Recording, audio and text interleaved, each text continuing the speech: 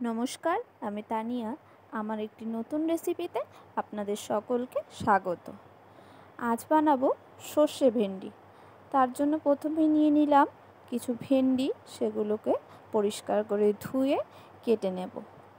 এবার মশলা তৈরি করার জন্য আমরা নিয়ে নেব কিছু কাঁচা লঙ্কা, সামান্য লবণ, 1 চিমটে হলুদ গুঁড়ো আর একটুখানি কালো সর্ষে, এবং তাতে জল দিয়ে ভালো একটা সুন্দর মিহি পেস্ট করে নেব।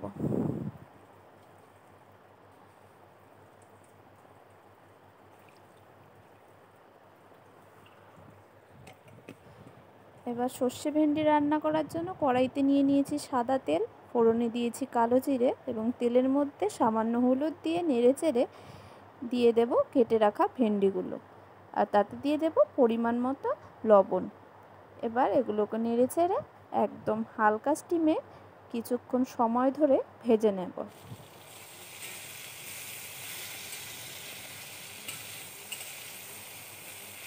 স্টিমটা অবশ্যই লোয়ে রাখতে হবে এবং অনেকক্ষণ সময় ধরে এগুলোকে ভেজে নিতে হবে। আমাদের ভাজা প্রায় হয়ে গেছে। এবার এতে দিয়ে দেব বেটে রাখা মশলা। সর্ষেগুলো দিয়ে ভালো করে নেড়েচেড়ে 1 মিনিটের মতো ভেজে নেব।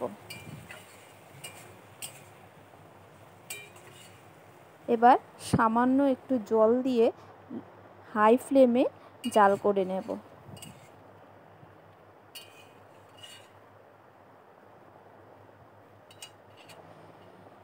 3 মিনিটের মতো নেড়েচেড়ে রান্না করে নিলেই তৈরি হয়ে গেল আমাদের সর্ষে ভেন্ডি।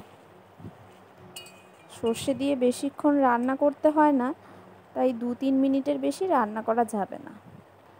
আশা করছি আপনাদের রেসিপিটা ভালো লেগেছে। যদি ভালো লেগে থাকে লাইক এবং কমেন্ট করতে কিন্তু ভুলবেন না।